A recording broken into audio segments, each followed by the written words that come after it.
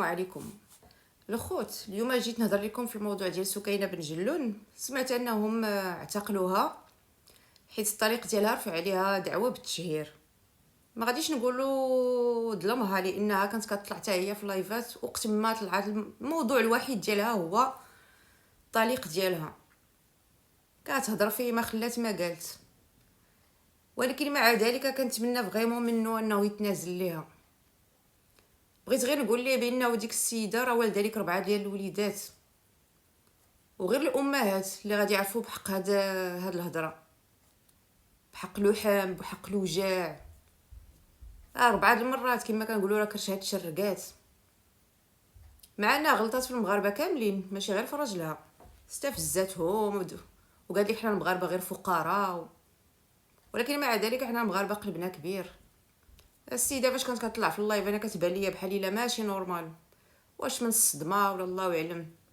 عرفتي شنو هو؟ تكون عايش واحد العيشه نيت فوق كما كنقولوا، وما تكونش عوال، انت كتلقى راسك لتحت اسفل سافلين. صعيبه. انما كنتمنى من داك السيد يدير في حق، يعني يدير بوجه وليداتو، لان السيده طلقات. باقي كنقولوا بعض العيالات كتقول لك طلقت ولكن ربحت ولادي.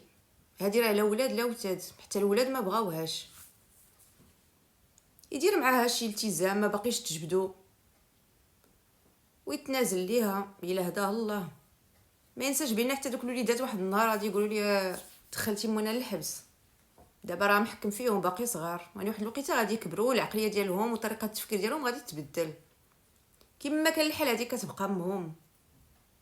والله الا بقات فيا واخا هكاك، مع انني ما كتعجبنيش الطريقه ديال الهضره ديالها، كيفاش استفزات المغاربه والفقراء. قالت لك اودي راه كنا فقراء تحت الله. الله سبحان الله هو الغني، هو اللي كيعطي هو اللي كيحيد.